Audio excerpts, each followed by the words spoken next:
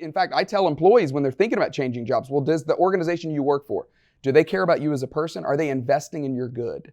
And if the answer is yes, then stay. If the answer is no, no. I mean, you should go get another job. Life's too short. Go do something different. So yeah, I believe this is this is such a significant conversation for retention. Hello, my name is Matt Brose with Lockton. In my role, I consult with employers all around the country related to their employee benefits strategy. We're in conversations all the time about how to attract the best talent and get the best out of their people. Work ethic, integrity, those are all traits of people that pursue excellence, and it doesn't even stop there. From the boardroom to the storeroom, we're going to find out what drives those people. Welcome to the excellence culture. This is going to be an excellent adventure. Hey everybody, welcome to the excellence culture. I am here with a good friend of mine, Clay Scroggins. Clay, I just want to be able to sit down with you for 5 to 10 minutes and just talk. And you picked an excellent setting for it. This is an excellent setting. I agree. And thank you so much for taking the time when you were in town. And but would first love for you to just kind of introduce yourself a little bit to the audience. Maybe tell them what your background has been thus far and a little bit of what you're doing now. Sure. That'd be great. I majored in engineering in college, quickly realized I don't need to be doing that. So I became a pastor. We actually moved to Dallas to go to seminary. Met my wife here, studied her more than I was studying theology. She's a good Dallas girl, right? She's Tyler, Texas. Tyler. Yeah. East Texas. I moved, it was back to Atlanta for me, and I worked for the last 20 years in the church world in Atlanta. Worked for a large church in Atlanta. The senior pastor is Andy Stanley, so he was my boss for a long time.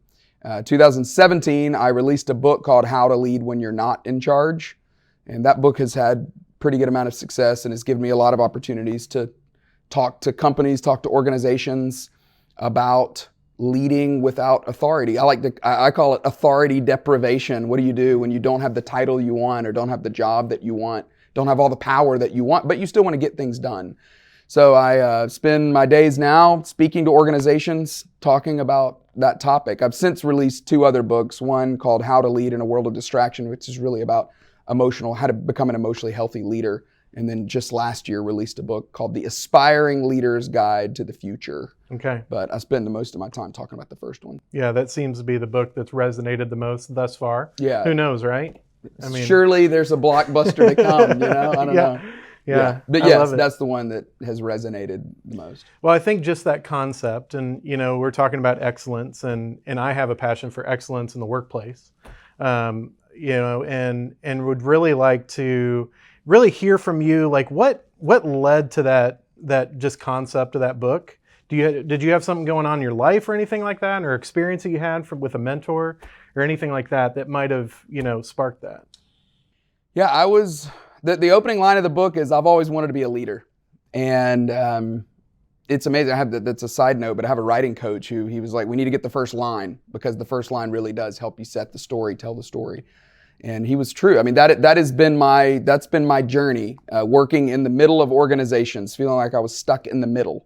But I wanted to move things forward. And I always just thought, oh, well, if I could get my boss's job, then I could get some stuff done. And then was fortunate to have a couple of promotions early in my career that were, in a way, they created more disillusionment than they did satisfaction, because it kind of, I think I just thought, oh, now that I am at this position, I can do what I've always wanted to do as a leader. But it taught me a really important lesson, that it's not about the title, it's not about the position, it's not about the amount of authority you have or you don't have. It really is about your ability to create excellence wherever you are. And most people, I was right there with most people. Most people spend all of their energy frustrated about what the boss is or isn't doing, what their peers are or aren't doing, what the other department's not doing. And the place that they have the most control, and ultimately the place where they can create and generate the most influence for themselves, is with the part that they are in control of, what they are in charge of. And if you can create an oasis of excellence with that, It's the habit or the rhythm or the behavior that sets the stage for creating excellence for the organization. Sounds like that's a conversation you're having with a lot of people right now. Yeah. And I mean, I find going to restaurants, going to, the car wash and that kind of stuff, there's never been a time where excellence stands out more than right now.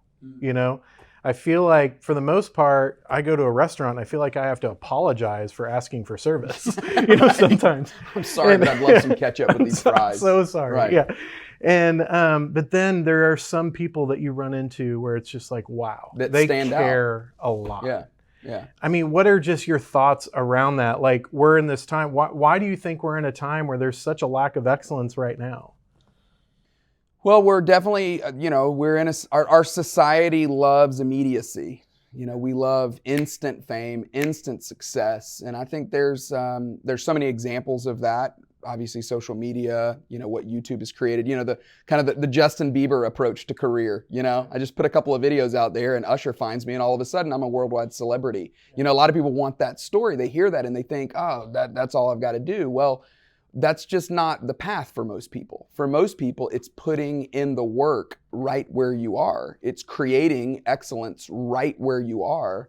And that's the thing that's going to help. Not only it's the thing that's going to help you develop, but it is the place where you're going to be discovered.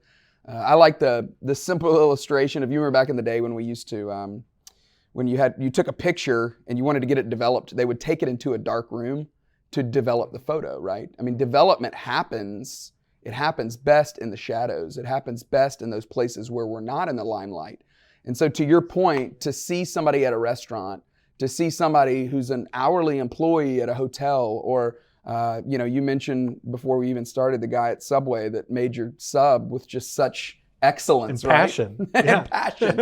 It is so remarkable to see because it's contrary to the way our society is moving. But I really believe that it is the path to having more influence in your life wherever you are. If you can decide, all right, I'm going to take all the frustrations and concerns about everything else and I'm going to table all of that, or I'm going to channel that frustration to be able to create an oasis of excellence. It is, I think you're absolutely right. I think it stands out in our culture right now because there just aren't, it's not a very coveted path, but it really is, I think it is the most well-traveled path for men and women who are experiencing success.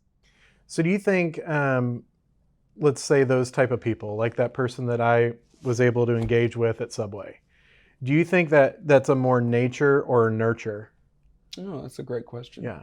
And I know I'm going off script right now. Yeah, I like that. But, or both, right? But would love to hear your thoughts about that and kind of because I want to dig into somewhat the origin of a lot of these people who are pursuing, where does it come from? Right.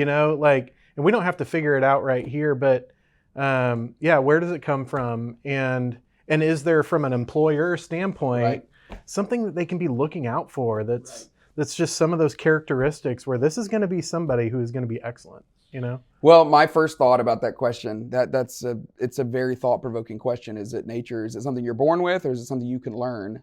I don't know that we'll ever really know. And I think there's plenty of researchers who've tried to prove it on either side. And the answer is we don't really know.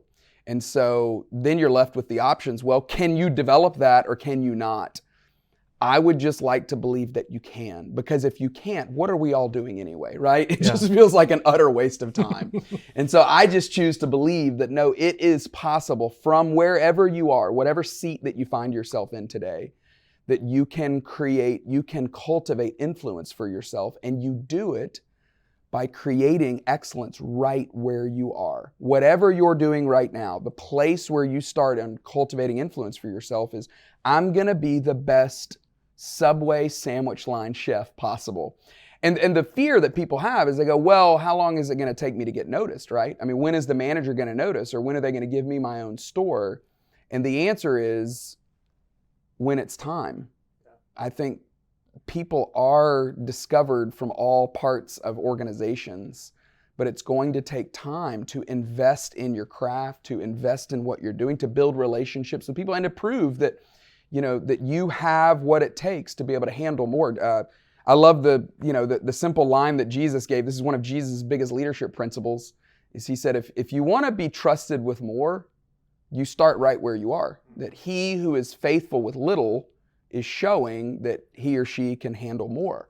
And it really is the answer. It's the pathway. I think it was the former CEO of IBM said, nothing so conclusively proves your ability to lead others as what you do on a day-to-day basis to lead yourself.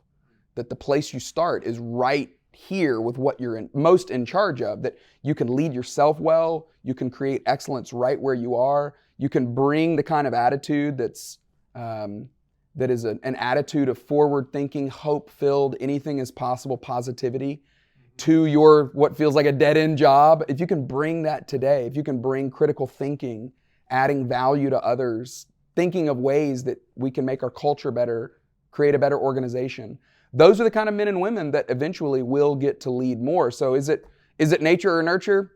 I just would like to think that a lot of it really is nurture, that you can learn how to do it. You can develop to become a person of greater influence. And I love that you're bringing excellence into this conversation, because so much of it is deciding to be excellent right where you are.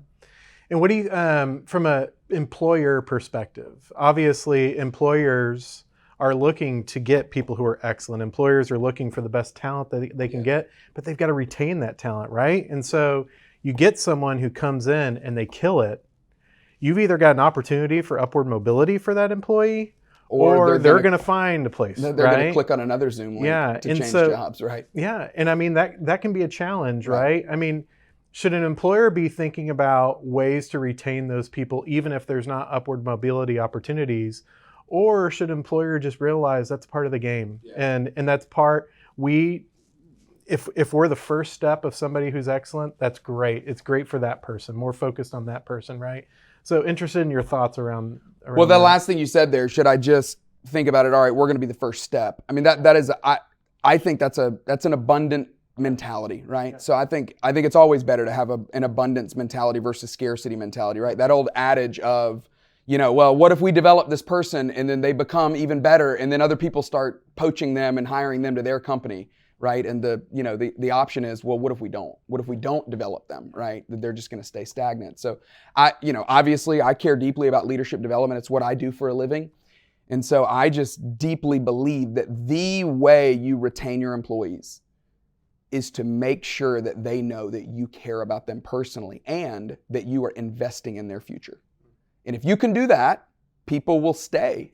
In fact, I tell employees when they're thinking about changing jobs, well, does the organization you work for, do they care about you as a person? Are they investing in your good?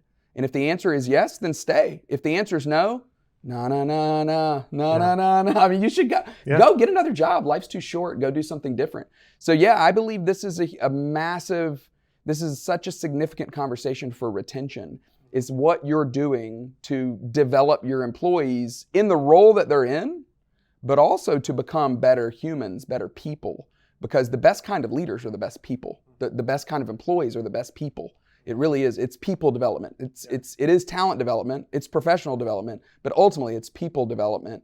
And yeah, if you're not in the game, you better get in the game, because it's one of the greatest ways that we retain our best employees is by developing them, by investing in their good, investing in their future.